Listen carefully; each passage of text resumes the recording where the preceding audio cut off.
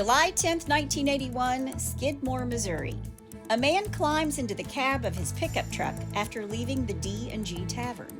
He starts the truck and pauses to light a cigarette when shots ring out behind and in front of him, shattering glass and killing the man inside. 45 people witnessed the shooting, but when it was over, nobody called 911. After picking up the shell casings, the people of this small farming community went on about their business. The dead man inside the truck had robbed, raped, burned, and shot the townspeople of Skidmore without ever paying the price. So they took their own pound of flesh and never spoke of it again. This is the mysterious murder of Ken Rex McElroy. It happened in plain sight. Hey y'all, I'm Chris Calvert. And I'm her husband, Rob Podor. Welcome to Hitched to Homicide. For better or worse. Till death do us part.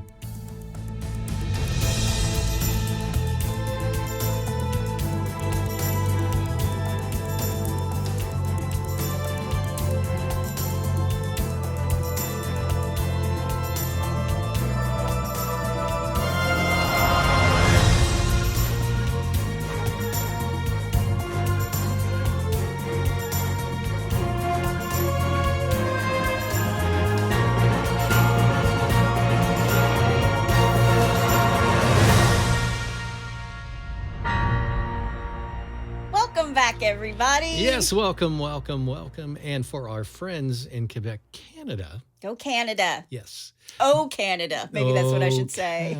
Yes. Bienvenue. We have lots of listeners in Canada. Yeah, we do. Well, wherever you're listening, be sure to rate and review the podcast. You can subscribe wherever you're listening. And if you're watching on YouTube, hit that subscribe button below. Yep. You can find us on Instagram at Hitched to Homicide, or on X at H2H_podcast.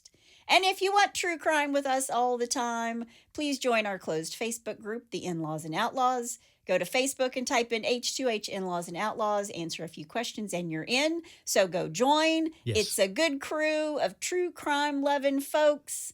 And I also post photos and other information in there as well. It's a lot of fun. And last week, I posted the dirty letters that Yeah. our two killers sent to each other in jail. Yes. All 24 pages of them. Yeah. You get the news all day. You get it. You get all the good stuff. Yeah. We're getting case suggestions and true crime listener stories. Keep them coming. We appreciate everybody who listens each week. So thank you guys. And we love it when you take time to drop us a note. Yep. Now, Rob, you know I love doing a true crime where the bad guy has two first names. Billy Bob. Ken Rex. Yep. It's the only vigilante case I have ever done. Okay.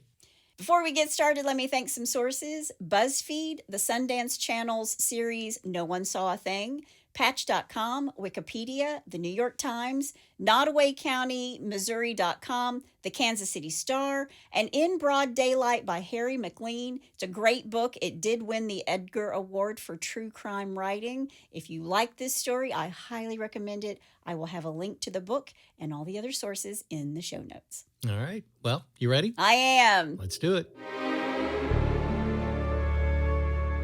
Kenneth Rex McElroy was born on June 1st, 1934, to Tony and Mabel Lister McElroy. He's number 13 of 15 children. Good Lord. Not a whole lot to do, apparently, where his parents were. Wow. His parents are poor migrant tenant farmers who moved between Kansas and the Ozarks before they finally settled down right outside the town of Skidmore, Missouri. Population 400, give or take a cousin. Okay, I have a question. Already? Where would the name Skidmore come from? I'm about to tell you. Oh, okay.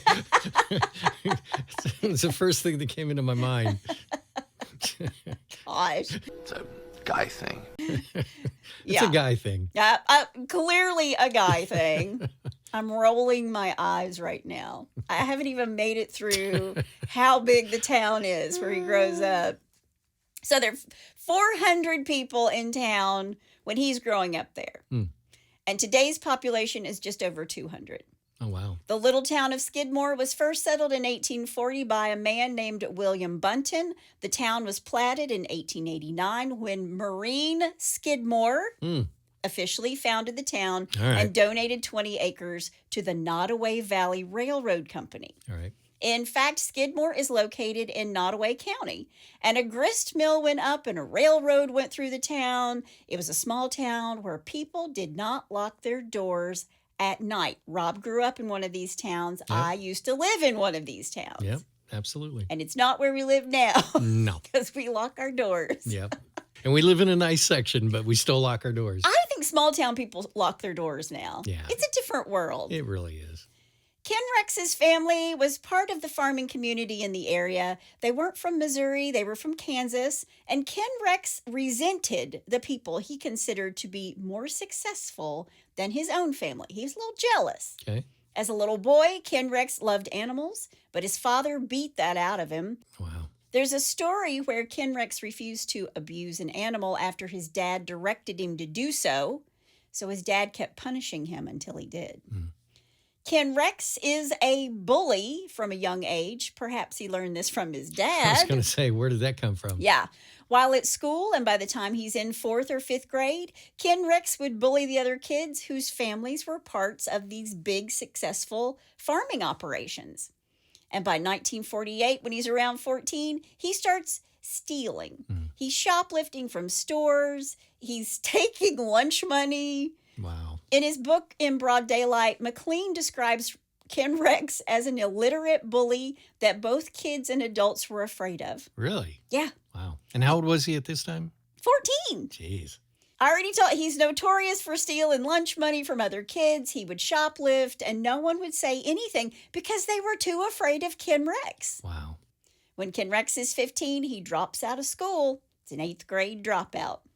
In 1952, when Ken Rex is 18 years old, he marries his first wife, Alita. She is 16. Now, by this time, Ken Rex is a grown man. He's 6'3", 270 pounds. Wow. With jet black hair, long sideburns. He's got the chops going on. And he had blue eyes that, quote, stared right through you, end quote. Ken Rex and Alita moved to Colorado. Ken was going to work for one of his sister's husbands in construction. And while he's working at a construction site, a steel slab fell on him. But there's also a source that said he had a head injury from falling off a hay wagon. Maybe one, maybe the other, maybe both. Yeah. But apparently now he's not just a bully, but a bully who suffers from chronic pain. Well, there's a combo. Yeah, so he's just mean. Yeah. And he feels bad. Sure. By 1955-56, Ken Rex and Olita move back to Missouri after this accident, and they settle in Skidmore. By 1958, Ken Rex meets and becomes involved with, while he's married, a 15-year-old girl named Sharon. Whoa. So he's got a wife and a teenage girlfriend. Wow. Something that's going to happen more than once. Wow.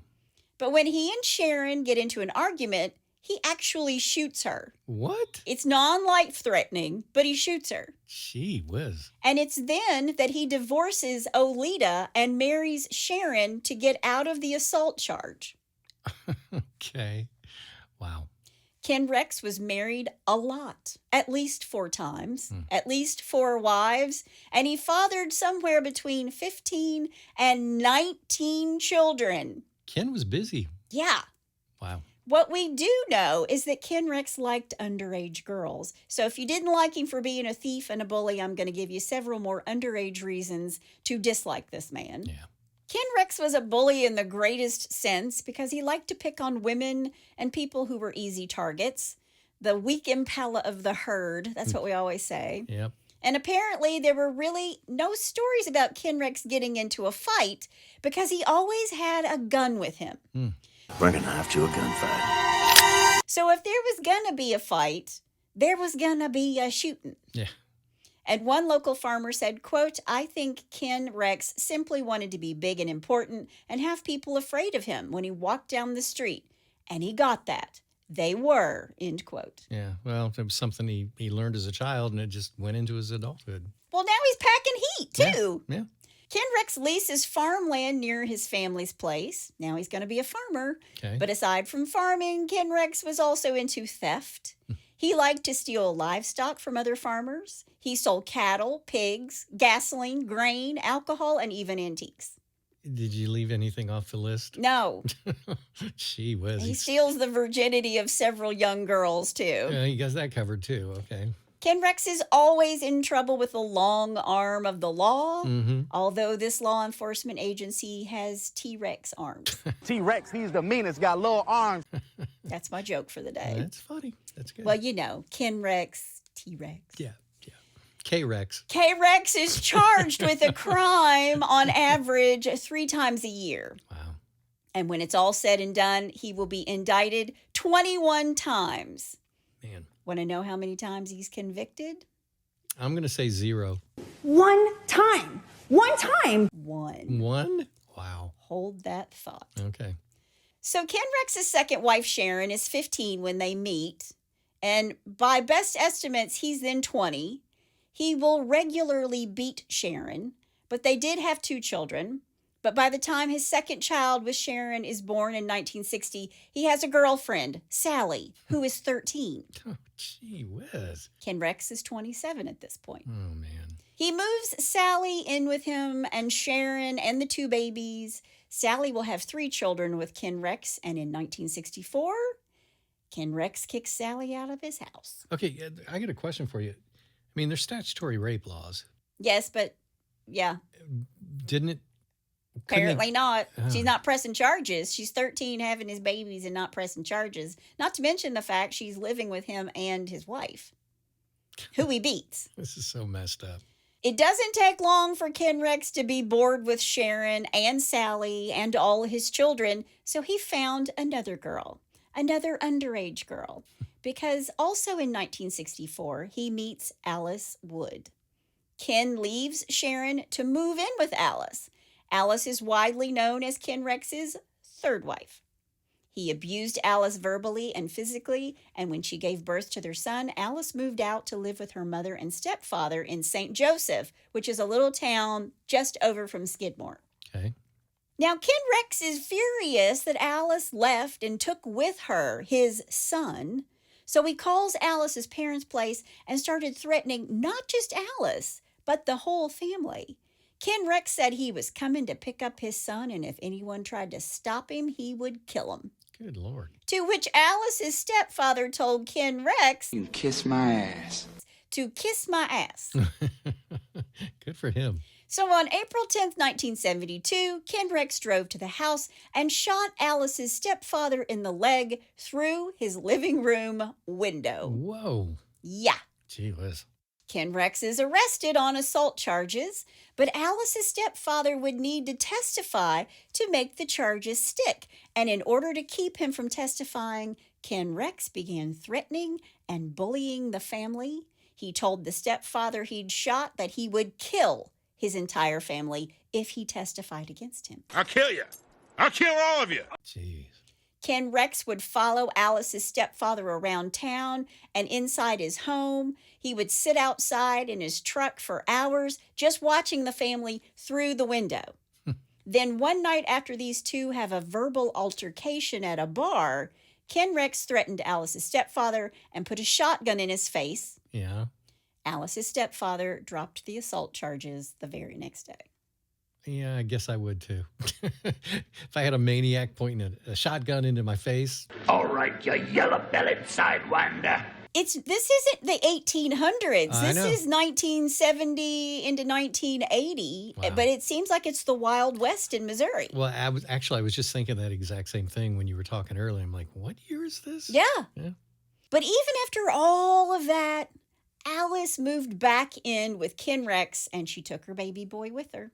And as a welcome home present to Alice, Ken Rex brought home a new girlfriend, a 12-year-old named Oh. Trina McLeod. Come on. Ken Rex is now 35. Oh my. Yeah. He would wait for her to get off of the school bus. He'd greet her, then whisk her away to be with him. And according to the people of Skidmore, Trina liked that Ken Rex did this. So these two are sleeping together, a 12-year-old schoolgirl and a 35-year-old man. And that, my friends, is statutory rape. Yeah, big time. By the time Trina is 14, what do you think's happening? I'm going to say she's pregnant. She's pregnant. Yeah. Surprise, surprise. Yeah. She drops out of 8th grade and moves in with Alice and Ken Rex and all the other children. So if you're keeping score at home, that's 5 women, a whole mess of children, and now he's gotten a child pregnant, and he still has his wife at home. See, and here's the other thing. I would think that the school, wherever she's going to school, they had to know she was pregnant. Yeah. Well, she drops out when she's pregnant. Yeah. So why wouldn't they do something? They're not going to get involved. It's public school. It's the parents' responsibility. I know, but jeez. Ken Rex goes to Trina's parents and says, I'm taking her. To which they were like, Oh, hell no. Hell no, you're not taking her anywhere. Yeah. So he threatens Trina's parents over and over until they finally conceded. And Trina wants to live with Ken Rex. But Ken Rex isn't going to treat her any differently than he treated Sharon, Sally, or Alice. Right. So after he shows himself to Trina, and he shows that it's not all ice cream after school off the bus stop stuff, Trina and Alice decide they're both exhausted from living in constant fear of Ken Rex. And if you watch any of the documentaries, these 2 women are like sister wives, taking care of each other. They turn to each other when they're afraid or they need to take shelter from him. Sure. And they kind of shared him like he was a polygamist too. Because he is. Yeah. And according to one of the townspeople, the church people didn't like it one bit. Well, isn't that special? You think? But Ken Rex is going to do his own thing no matter what. And his kids, well, there were some that said he was an absolutely great dad. Okay. But they also said, yeah, he did abuse his wives. The kids could remember their moms, whichever one it might be. They remembered them having black eyes. Wow. But they also said that they never saw their dad hit their mom. At least one of them said this. Right. 16 days after Trina gives birth, Alice and Trina take the children and they leave the McElroy farm to live with Trina's parents. And Ken Rex wasn't having it. On June 12, 1973, he went to Trina's parents' place where he viciously beat Trina and Alice both. And then he burned Trina's parents' home to the ground Whoa. and shot their family dog.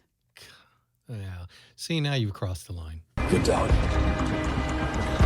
Good dog. It's over now. He Yeah. shot a dog. Yeah. He forced Alice and Trina into his truck with all the kids, and he drove them all straight back to the farmhouse. Now, Trina's just a few weeks postpartum, and Ken Rex had beaten her so badly that she had to go to the hospital. Wow. And the doctor who treated her was horrified. And because she's a minor, she's 14, he calls child services. Well, thank God somebody did. Yep. Jeez. And Trina was put into foster care in Maryville, Missouri with her new little baby boy. Okay. It's June of 1973, and Ken Rex is charged with arson, assault, statutory rape, and brandishing a deadly weapon for his actions at Trina's parents' place, the McLeods. Enter Richard Gene McFadden, an attorney from Kansas City who may or may not have had ties to the mafia. What he was, according to many of the townspeople of Skidmore, was a, quote, nickel slick lawyer, end quote. You think you're nickel slick, but I got your penny change. I haven't heard that one. He's a man who would work for cash without care or conscience. Ken Rex is arrested, booked, arraigned, and released on $2,500 bail. Now, there's an interview with McFadden who says the first time he met Ken Rex, he told him, I'm probably a little bit too expensive for you, Ken Rex. And Ken Rex pulled out a roll of money and started laying down $100 bills on his desk. Where'd he get those? And he officially retained himself an attorney. I don't know. Wow. I don't know. Maybe he was playing, strong guy for somebody else. Yeah. And he's getting paid in cash. Well, and you also said that he was stealing cattle and... Yeah, he was stealing cattle and pigs, and so then he Selling. would go sell them, I'm sure. Yeah. Days before eBay. I don't think you can sell a pig on eBay these days. Oh, I'm sure there's a pig on there somewhere. See, now I'm going to have to go look and see. Meanwhile, at the foster home, Ken Rex would sit in his pickup truck outside the foster parents' house for hours at a time, just staring. And this foster family had a daughter of their own, and Ken Rex told the foster parents that he would trade, quote, girl for girl to get Trina and his son back, saying, I know where your daughter goes to school. I know her bus number. Wow. So the foster family files even more charges against Ken Rex. Wow. But then Richard McFadden, old nickel slick, he managed to delay the legal process for so long, Trina, who's this naive kid, gets bored with her foster parents and runs away. She goes right back to Ken Rex. What does this guy have on these girls? Yeah. Huh. Ken Rex then divorces Alice, and on October 20th, 1974, he marries Trina so that she can't be compelled to testify against him for assault, arson, and rape. This guy should be a lawyer instead of a criminal. Jeez, he knows all the ins and outs. He's a strong arm. Yeah. Trina dropped the rape charges, but according to one of Alice's grown children, Trina told Ken Rex if he didn't leave Alice and marry her and become devoted only to her, she would have the rape charges brought against him. So she's sort of flipping the script on him a little bit. Sure. Yeah, she does get her way, and he does divorce Alice, but he's still going to beat Trina and cheat on her. 2 years later, on July 27th, 1976, Romaine Henry is working on his farm in Nottoway County. One of his sons comes to tell his dad that somebody's shooting on their property. So Romaine hops in his truck and drives the gravel road to the area where he's been told the gunfire's coming from, and he happens upon none other than Big Ken. Ken Rex, Yep. who's in his pickup truck. Both of these men get out of their vehicles, and Romaine says something to the effect of, yo, dude, stop shooting on my property. Yeah. Or maybe get the hell off my property. Right. When Romaine confronts him, Ken Rex calls him a dirty son of a bitch. Dirty son of a bitch. Watch your mouth. And accuses him of being at his place, his property, in a white Pontiac. And Romaine says, I don't even have a white Pontiac. So Ken Rex then calls him a lying son of a bitch, Lying son of a bitch. racks his shotgun, and shoots Romaine point blank in the stomach. Oh, my gosh. Romaine Henry is in the middle of nowhere on his farm, and Ken Rex drives away. And when Romaine's family finds him, they take him to the hospital. He does recover after surgery and lots of care. Ken Rex is charged with assault with the intent to kill, but Ken Rex denies that he was ever on Romaine Henry's property that day. He said he wasn't on the scene at all. Now, this case drags out without a court date, thanks in part to Richard McFadden, the attorney. Right. In the meantime, Ken Rex is up to his old intimidation game. He would park outside of Romaine Henry's house and just wait. He did this an estimated 100 times. He was. When the case finally went to trial, two coon hunters, testified that they were with Ken Rex on the day that Romaine was shot in the stomach. And there are no other witnesses to the shooting, so it's Romaine's word against Ken Rex. And these two hunters are testifying that they were hunting miles away from Romaine Henry's property. What did Ken offer those guys? Money. Yeah. He probably started laying down more $100 bills. Yeah, of course. Also, after they go to trial, Nickel Slick McFadden starts digging up dirt on Romaine Henry, including a 30-year-old petty crime conviction from 1946 that he had hidden from the community of Skidmore. Ugh. McFadden got Romaine to admit to it under oath and in court, and it made him seem like he was an unreliable guy. And if he kept that secret hidden since 1946, what else wasn't he telling the good people of Skidmore? Right. Ken Rex was acquitted. Jeez. Oh, man. April 25th, 1980, it's a Friday, and two little girls, one's 14 years old and one is 4, are in the local corner store, the grocery store of Skidmore, a store owned by two pillars of the community, Ernst Bowenkamp and his wife, Lois. Okay. The clerk working that day was Evelyn Sumi. Now, I've read where the Bowenkamps were known to look the other way when someone who they knew was hungry and down on their luck. If they would take something small from the store, they'd just let it go. They weren't the kind of people to call them out when they were really desperate because they didn't want to shame anybody for being hungry. Just good people. good people, Yeah. pillars of the community. Yep. But when this little 4-year-old daughter of Trina and Ken Rex steals some penny candy at the front of the store, the sales clerk, Evelyn, nicely calls her out on it, asking her to put it back. And after this, an argument breaks out, and the older daughter says that nothing was taken. Regardless, when these two girls get home, the little girl, the 4-year-old, is crying. So Trina storms into the grocery store and wants to know who the had accused her daughter of stealing. Wow. When Lois Bowenkamp backs up the story of her store clerk and she doesn't back down, Trina says to the both of them, quote, "You're about to meet Ken Rex McElroy," end quote. And later that day, both Trina and Ken Rex show up all lathered up over a 5-cent piece of candy. And of course, Ken Rex has a loaded gun with him. Trina, who's now 23 years old, starts yelling at the clerk, Evelyn, which drew the attention of the store's owners, Bo and Lois, who come from the back of the store. And when the yelling reaches a fever pitch, Lois tells the whole lot of them just get out of the store and never come back. Yeah. The Bowenkamps filed a legal proceeding against Ken Rex after the incident in the store. And Ken Rex didn't like that so much. So he begins stalking the 70-year-old grocer, Bo, and his wife, night and day. Wow. He'd come by the store and sit in his truck. When is he finding time to do anything else? Well, I was about ready to say, is he trying to even make a living, or what is he doing? I have no thought he had idea. a farm. Intimidation seems to be his job. Yeah. He would come by the store and sit in his truck. He'd go to their house at night and sit and watch them inside. And this would go on from when the incident happened in April until July. So basically, he was the equivalent of today's influencer. Just won't go away. Yeah, exactly. Block, block, block. Yeah. July 8th, 1980, Ken Rex goes to the loading dock area in the alley behind the grocery store. He gets out of his truck. He rolls up his sleeves when he sees Bo sitting on the loading dock in a chair. Ken Rex says to Bo, quote, "Do you want to fight?" end quote.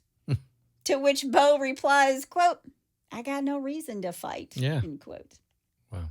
In the blink of an eye, Bo is looking down a double-barrel shotgun. Jeez. So without provocation, Ken Rex shoots Bo in the neck. Oh my gosh. And when his wife finds Bo in a pool of blood, he's bleeding severely, but he manages to gurgle out one word before blacking out: McElroy. Wow. So Bo Bowenkamp, even though he's shot in the neck and he's 70 years old, he's going to survive. Ken Rex was caught by a state trooper, a man named Richard Stratton, and arrested and charged with attempted murder. But he's released on bond. What? Yeah. Why would you release somebody that attempted murder on Yeah. bond? Yeah. The next day. Yeah. Okay. The very next day, according to the people of Skidmore, he was at the pool hall bragging about shooting Bo. And this didn't go over well with the small town group of people who don't lock their doors and are in the front pew at the church each Sunday. Sure. There's right and there's wrong, and if you break the law, you need to pay for your crime, but that is not what is happening. Wow. When Bo Bowenkamp is released from the hospital, Ken Rex began stalking all over again. He would sit in his truck in front of the Bowenkamp house and fire his shotgun into the night air. He would pull his truck up in front of the grocery store and sit and watch. This is happening every single day. Wow. And these people are afraid. And according to the Bowenkamps, when they called the sheriff, he'd show up 3 days later if he showed up at all. So the county of Nottoway hires a marshal. Basically, this guy's only job is to watch Ken Rex McElroy. What a gig. His name is Dave Dunbar. And when Ken Rex finds this out, he starts threatening not just the new Marshal Dave, but Dave's children. Ugh. And when Ken Rex point blank asks Dunbar if he's planning on testifying at the Bowenkamp trial where he's being charged with attempted murder, are you going to get on the witness stand and tell the jury that I'm constantly stalking Bo?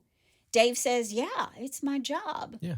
To which Ken Rex says, quote, well, I believe in killing any son of a bitch who tries to put me in the pen for the rest of my life, end quote. Wow. Dave Dunbar turned in his resignation the very next day. Yeah. And Trooper Richard Stratton, well, he was getting harassed and stalked by Ken Rex too. So this type of thing went on forever because Nickel Slick McFadden kept filing motions that were delaying any type of court date. And while Ken Rex is out here harassing everybody, he's holding this whole town of Skidmore hostage. Yeah. Anybody who was planned to testify against Ken Rex, they were stalked, they were bullied, and they were threatened. Finally, on August 18th, 1980, the preliminary trial of Ken Rex McElroy begins, and what his attorney, Richard McFadden, lays out is that Ken Rex acted in self-defense against Bo Bowenkamp. A 70-year-old man. Yeah. Ken Rex was looking at a first-degree assault charge with a deadly weapon, and that carried a minimum of 10 years in prison and possibly up to life. And Richard McFadden was pulling out all the stops, including delaying the trial until June of 1981, almost a full year. Okay. Now, during this full year, the DA in town resigns. He's like, stick a fork in me. I'm out. I'm done. Yeah. I'm out. Yeah. Enter David Baird. He's a very, very, very young, Okay. very green prosecutor who is 3 years out of law school. Okay. Fresh face. Fresh face. He's been the DA in Nottoway County for 1 month. Okay. And I've seen an interview with him. And in that interview, he said that at the time he was too inexperienced to be afraid of Ken Rex. It was almost like he's saying, I was too stupid. Yeah. Yeah. Yeah. Ken Rex has been charged with 37 felonies up to this point, and finally he's convicted of one.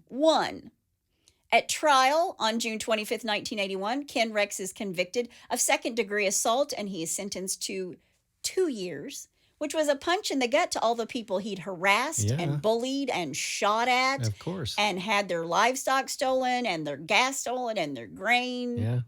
But get this, Ken Rex is released on a $40,000 bail pending his appeal. They don't keep him after he shot someone, even when he has a history of stalking the victims of his crimes. Jeez. Now, D.A. Baird lessened the charge from attempted to kill to knowingly caused serious physical injury because he wanted to at least get some kind of conviction. Sure. And the town of Skidmore and the county of Nottoway, they feel so betrayed by the system. Right. Seriously, what did this man have to do before somebody put him away for good? Yeah.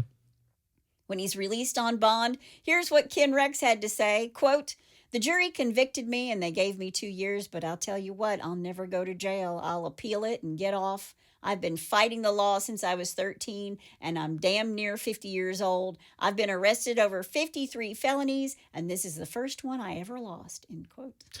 He's proud of it. So proud. Wow.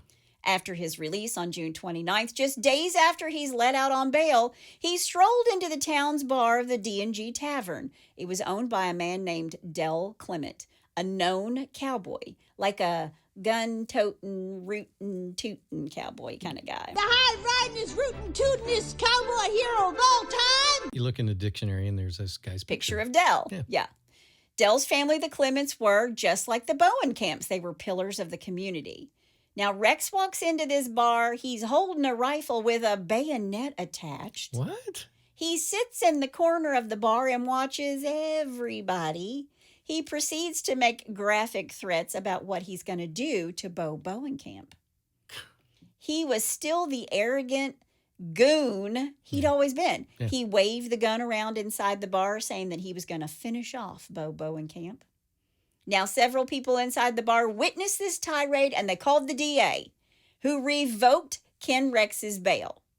They arrest Ken Rex and then released him again, scheduling a hearing. Okay. And in this hearing, the witnesses who saw him at the bar are going to have to testify that they saw Ken Rex in the bar with a loaded weapon. Right. Then on July 9th, 1981, Richard McFadden gets the hearing delayed for 2 weeks to July 20th. To give Rex enough time to go intimidate all of the witnesses. Yep. And this was the last straw. This is when the rage among the locals of Skidmore reached the end of their rope. Close to 50 of them had come together to make a plan They were going to protect the witnesses who were in the bar that day and heard Ken Rex say that he was going to kill Bo Bowenkamp. And these people are ready, willing, and able to testify against Ken Rex. Okay. But when the hearing is delayed, all of these people are afraid for their lives because now Ken Rex is going to be free to point a gun and shoot at whoever he feels like, not to mention he now knew who was planning to take the stand against him. Sure. And the people of the town feel like they've got two choices. They can lay down or they can fight. We have to take matters into our own hands. Okay. These people felt like if Ken Rex was allowed to remain a free man, he would come after those people who were going to testify against him. There's been an emotional strain on this tiny little town where nobody locked their doors at night. Of course. Now they're all locking their doors all the time, and nobody's sleeping. Sure. The town had lost their faith in the police and the court system. On July 10th, 1981, they call a town meeting at the American Legion building. If that's not small town, I don't know what is. It's apparently a hotly contested town meeting. There were rumors of all sorts of talk and money changing hands for the death of Ken Rex. Oh, wow. Who was at the meeting?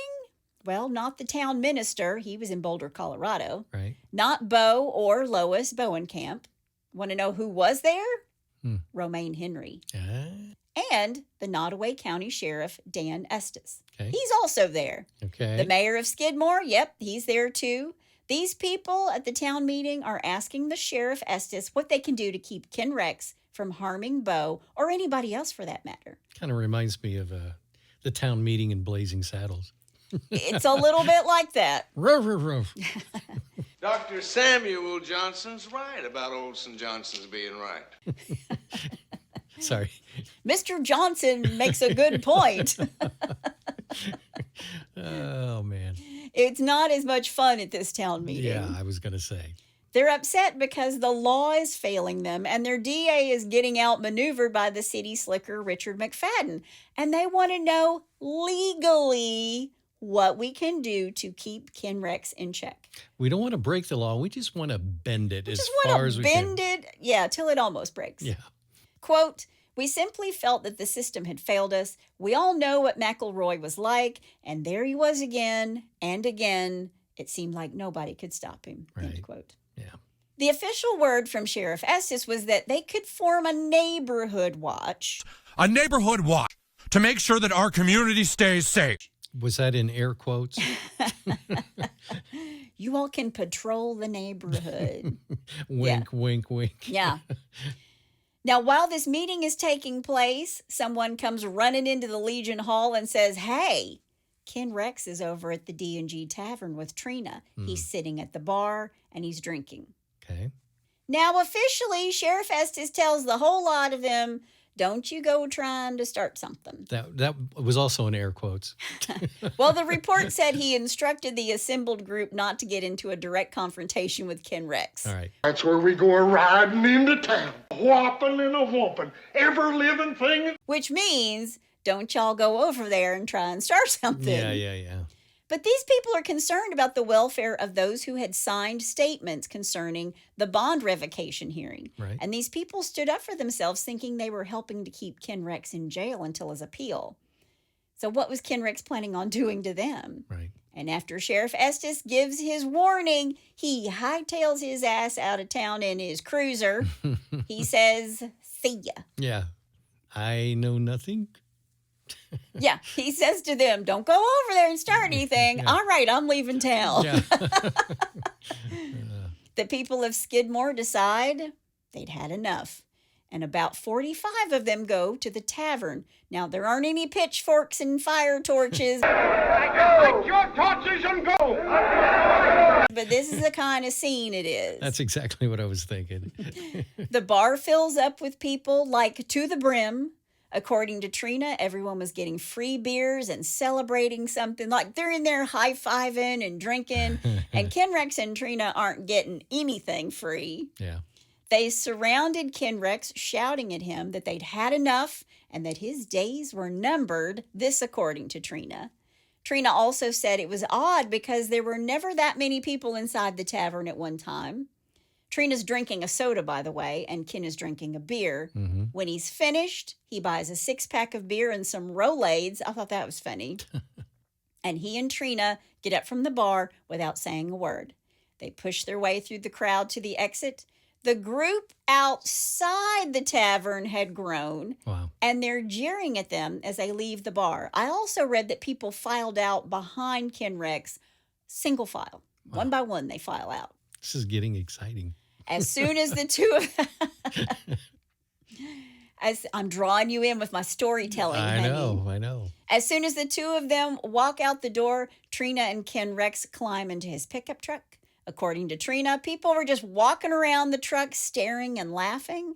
That's when Ken Rex starts the car and pauses to light a cigarette. Now, with the car still in park, Ken Rex is shot, first from the back and then again from the front. He's actually shot at several times. Okay. He is hit by 3 bullets. The first, a fatal shot into his head from the front, and then 2 shots through the back window of the pickup into his neck. When the gunfire starts, Trina jumps out of the cab and hits the ground. Jack Clement picks her up and pulls her away from the truck. When the shooting stops, everybody standing around the truck picks up the spent shell casings from the ground and they walk away. 2 shell casings are inadvertently left behind. No ambulance is called.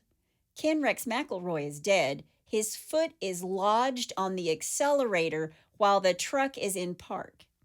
So it's just revving the whole time. Yeah. Nobody touched him. Nobody called the police. They simply turned and walked away. The engine is burning up and now has caught fire. It blows up. The engine blows with a bang. And then the streets are empty and it's just quiet. When someone does notify the authorities, first on the scene is a young police officer named Randy Strong. He knows what's just happened is huge. Mm-hmm. When Sheriff Randy Estes shows up, he is visibly upset. He's walked onto a crime scene with no witnesses, no rubberneckers, nobody trying to help in any way, and Ken Rex is dead. Yeah. Trina was taken to the local bank where she could be looked over and then handed over to the police. But the police are just standing on this empty street, scratching their heads. Nobody's outside. Right. Nobody's helping. And when the police and the sheriff begin to question people, basically everybody in town they question, nobody saw a thing. Yeah, we don't know what happened. I didn't see anything. Yeah. Ken Rex was hit once by a center fire rifle and twice by a .22 caliber rim fire rifle. There was a shooter in front of the truck and one parked in behind him. Wow.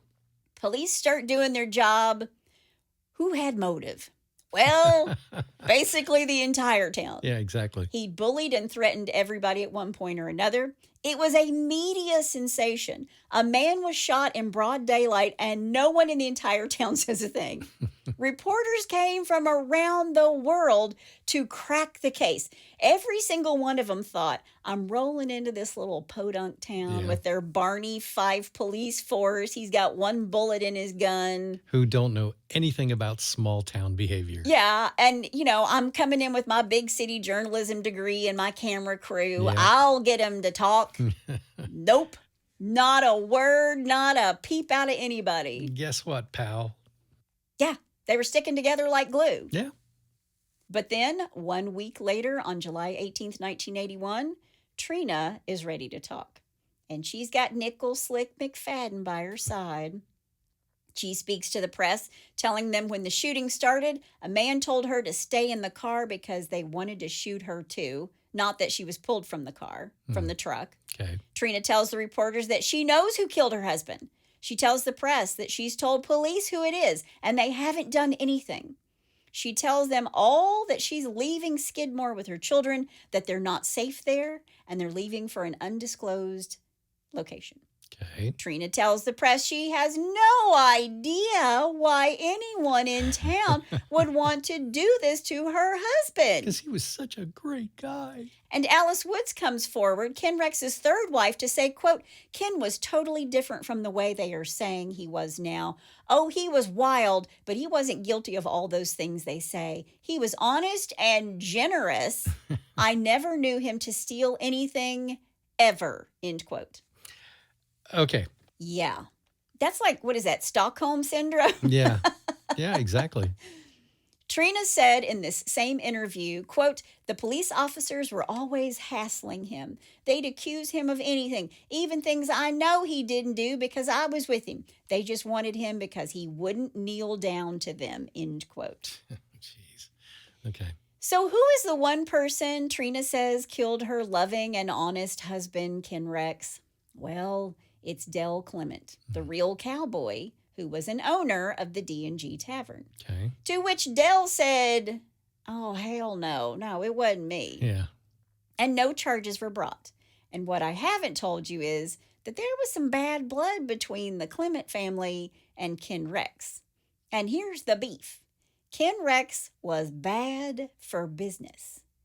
He would come into the bar and just sit and drink all the time for days at a time. And if Ken Rex was in there, nobody else wanted to come into the bar. Yeah. And according to McLean's In Broad Daylight, Del Clement was a, quote, short man with a chip on his shoulder and a hot temper, wore a cowboy hat and drank heavily. It wasn't hard to imagine him jerking the gun from his pickup in a burst of anger and opening up on the large black head on the other side of the rear window of the pickup, end quote. Well, there you go. He's also said that in the many years he spent researching this case, he never heard another name seriously mentioned as the shooter. It was only Del. But he was shot from the front and the back, and Del can't be in two places at the same time. Yeah.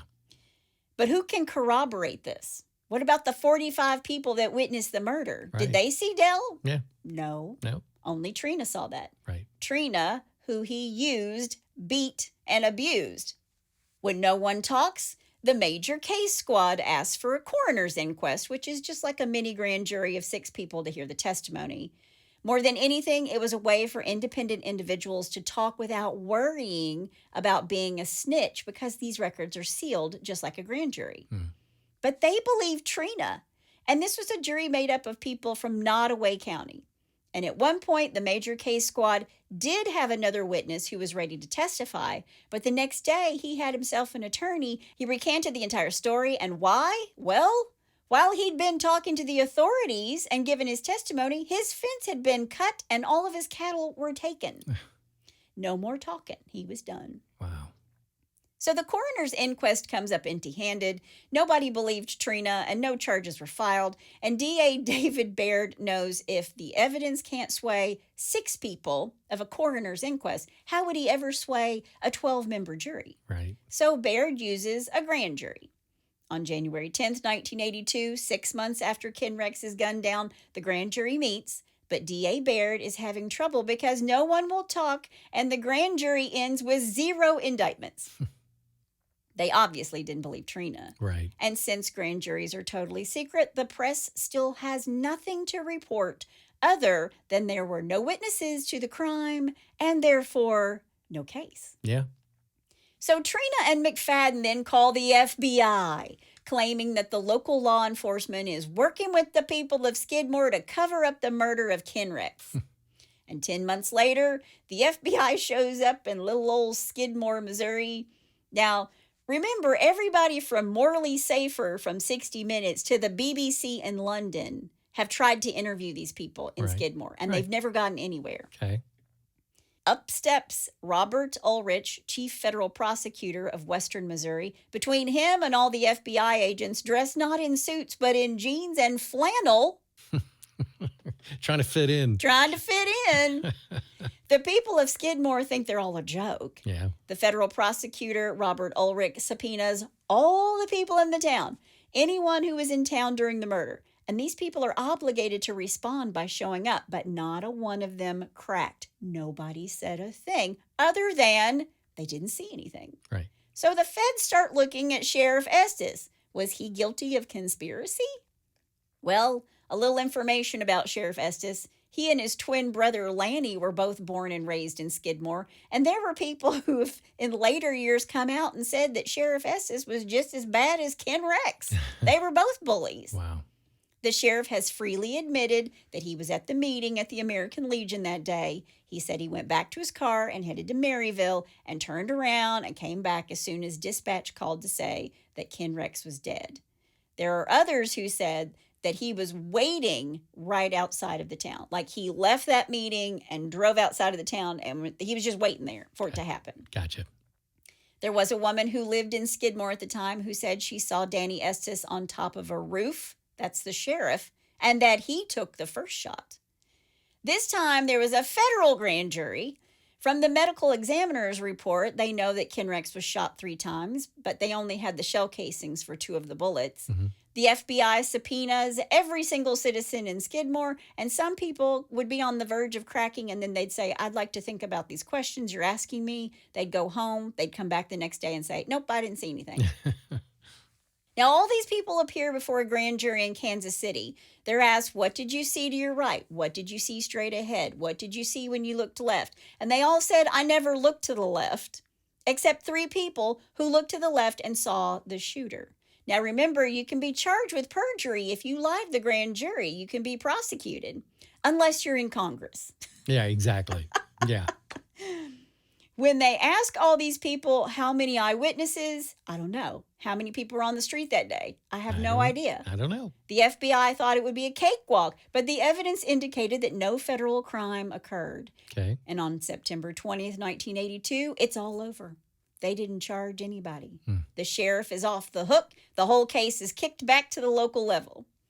Now, the 3 people who say they know who shot Ken Rex, these names are turned over to the county of Nottoway and the DA, Baird. He gets these names of these 3 people. But he says he can't take the case to court just to see what might happen. He can only take cases that are prosecutable. Okay. And he says they don't have significant evidence to go to trial. So now, was he afraid he'd be lynched? Yeah. Because the whole damn town just wanted it to be over. Right. And it did go away for a while. Right. But 3 years later, Trina filed a civil suit. She's asking for $11 million. And she's suing Del Clements, Sheriff Danny Estes, and Steve Peters, the mayor at the time, as well as the entire city of Skidmore. Then Trina says she's worried she'll be murdered, so she asks for it to be dismissed because, according to her, she's protecting her children. She settles out of court for $17,000. That's a far cry from $11 million. Yeah. Then she moves away, and that was the last Skidmore ever saw of Trina or any other McElroy. Trina remarried and moved to the Ozarks, living in secret. She would die of cancer on her birthday in 2012. She was 55. That's what became of Trina. But what about the town of Skidmore? Yeah. The town shriveled up. People stopped socializing. They all kept to themselves. Loads of people packed up and left town. Yeah. The bank closed. The grocery closed. The town dries up. And even after Ken Rex McElroy was no longer there to harass the good people of Skidmore, there were lots of tragedies in town. They were plagued with murders and suicides and deaths. Really? There have been at least 9 horrible deaths since Ken Rex died. Most of the people who knew anything from that day are all gone. The sheriff, the Bowenkamps, Del Clement actually drank himself to death. He died in 2009, still denying he had any role in killing Ken Rex. The town has meth labs and meth users. Wives have been beaten to death. Murder, suicides, drownings, missing persons, even the murder of a young mother whose unborn child was taken from her pregnant belly while she was still alive. Wow. This is what Skidmore turned into. Yeah. Ken Rex McElroy was buried at Memorial Park Cemetery in St. Joseph, Missouri. He was 47 years old. On his tombstone are the words, quote, brave, fearless, and compassionate. Whatever. I think they got the fearless part right. Yeah. Years later, Cheryl Houston, the daughter of Bo Bowenkamp, who witnessed the shooting from her parents' store, said, quote, once the shroud of silence fell, there was going to be no one talking. They could have pushed and dug and pushed and dug and gotten nothing. We were so bitter and so angry at the law for letting us down that it came to somebody taking matters into their own hands. No one has any idea what a nightmare we all lived, end quote. Wow. Most believe the murder of Ken Rex McElroy wasn't something that was planned that day, more like preparation meeting opportunity. Right. Like it was a knee-jerk reaction that ended with a dead man in this small town. And then that small town ended up caving in on itself while they were keeping quiet. Yeah.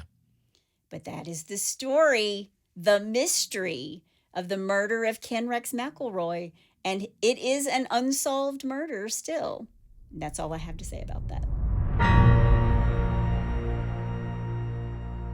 You know, I often wonder about, people like that are bullies and just mean, evil, criminal type people. Do they think that they're either A, never going to get caught, or B, that there's going to be any kind of retribution? I mean, a lot of them don't care. Yeah. They're to the point where they don't care what they do or what the outcome is. Or they don't care at the time until they're caught. Right. And then they go to jail. Then they care. Yeah. Then they hate themselves and they shouldn't be in jail for that long. And I just think they think they're invincible. well, the thing is, if somebody had just stood up to Ken Rex from the beginning and put his ass in jail, then none of this would have happened. Yeah. He probably would have died in jail. Right. But at least the 12-year-old girls in town would be, safe from him. Yeah. Yeah. It's a crazy story. Crazy story. Yeah. Well, let's go from crazy to crazy. Okay. With a little bless your heart. Well, bless your heart. All right, number one, I'm calling this, instead of soccer, how about sucker? I get such a kick about how you name these. Well, Okay. He's more than just a musician, folks. Oh, I'm a funny guy. Paul, just asking. Yeah, exactly. Paul Robert Benson, and I want you to remember that name, Benson. Benson. Yes, stole some items from a store in Belfast, Ireland. Oh, I love it when we go across the pond. We're across the pond for all these. Unfortunately for the hapless thief, his crime was caught on CCTV, and so was the Benson 22 written on his back. Oh my gosh, he's wearing his jersey. He's wearing a jersey. His athletic jersey. Yeah, from one of the soccer teams. Football. There you go. Better get that straight. Don't Yeah, call it soccer. that's true. They call it football. He fled the scene after realizing he had been spotted shoplifting by the store employees. But when police watched the CCTV footage, Benson's identity was staring them right in the face. I mean, come on, man. That's not even a bless your heart. That's a come on, man. I know. The crook was arrested and pleaded guilty to theft when he appeared in court. Yeah, what was he going to say? I know. District Judge Mr. Mervyn Bates highlighted Benson's stupidity, saying he might as well have had a neon sign identifying himself. He was given a 12-month probation order. Oh, okay. So he didn't have to go to jail. No, and he's still wearing his footballer jersey all over the place. Yeah, probably on probation. Yeah. All right, number two. Listen, I knew Betty Crocker, and you're no Betty Crocker. Rob says this to me all the time. I do not. Two bungling drug dealers were arrested after they had the half-baked idea of buying 12 food blenders at once to speed up production at their $385,000 cocaine factory. Like a food processor? You got it. Okay. Suspicious supermarket staff tipped off police as neither Gavin Etchell or Thomas Davies, quote, look like cooks or bakers. They don't look like Betty Crocker. They don't. And officers found a well-equipped drug operation in a raid on Etchell's home. Prosecutor Roger Griffiths said 4 blocks of cocaine worth $385,000 were to be mixed in the $10 blenders with 5.8 kilograms of pain reliever benzocaine so the pair could increase their profits. They're cutting their cocaine. They're cutting their cocaine. He said it was the purchase of the mixers by Davies in such quantities at the store that the suspicions of the staff were aroused and the police were informed. They go out with 10 pieces of equipment. They're like, something's up there. They're doing something. Yeah, these guys don't look like they're doing after-hour cooking classes. Yeah. All right, number 3. I think I can squeeze you in. Okay. A desperate clubber had to be rescued from an air vent after getting stuck trying to sneak into an Australian club. Oh my gosh. Irishman Hugh McMahon, that is an Irish name right there, Hugh McMahon, Hugh McMahon. has been forced to pay $1,800 in fines and damages after having to be freed from a roof near Sin City nightclub in Surfer's Paradise. How about that? Yeah. The 18-year-old was trying to get Oh, he's in. 18. Yeah. The 18-year-old. I know. Oh, the stupidity of the youth. Yeah. Yeah, I remember those days. The 18-year-old was trying to get into the popular night spot after being kicked out of the club twice that night, the first time after he was spotted sleeping on a couch inside. He just needed a place to lay his head. I know. Give him a break, please. Can you imagine he's laying there? It's like thump, thump, thump, thump all around him. How do you sleep through that? I don't know. I don't either. The teenager was on a 12-month working holiday when he broke into the roof space through a sliding door at the Promenade Apartments. So I'm assuming it was kind of adjacent to this place, and that's how we got up on the roof. That's my assumption. His plan was foiled, however, when he became stuck. He damaged the door's lock in his failed entry bid before becoming entangled in wires and stuck among pipes and internal struts in the cavity. Emergency crews, this is the best part, emergency crews were called to the club at 1:30 a.m. with reports of a man that was heard screaming for help. Oh, my gosh. The delicate operation took him a long time, about 2 hours, while club goers crowded the streets to watch. Okay. The court charged him with trespassing, willful damage, and 2 counts of refusing to leave a licensed premises. Local TV station reported that Judge Ron Kilner failed to see the funny side of McMahon's antics, fining him with $900 and ordering him to pay a total of $1,700 in damages to the building owner and the Queensland Fire Service. So there you go. And that's how Christmas got ruined. I always think of Gremlins when her dad came down the chimney, and then that's how Christmas got ruined. Exactly. Yeah. Well, there's your stupid crimes of the week. Well, if you have a bless your heart or you know somebody's heart who needs blessing, all you got to do is go to hitchtohomicide.com where there's a pull-down menu. And while you're there, you can also suggest a case or tell us about your brush with true crime. Oh, yeah. That's all we have today. Keep the Ken Rexes out of your life. Wow. That's my amazing husband out there. And that's my beautiful bride in the booth. Join us next time on Hitch to Homicide. Bye, y'all.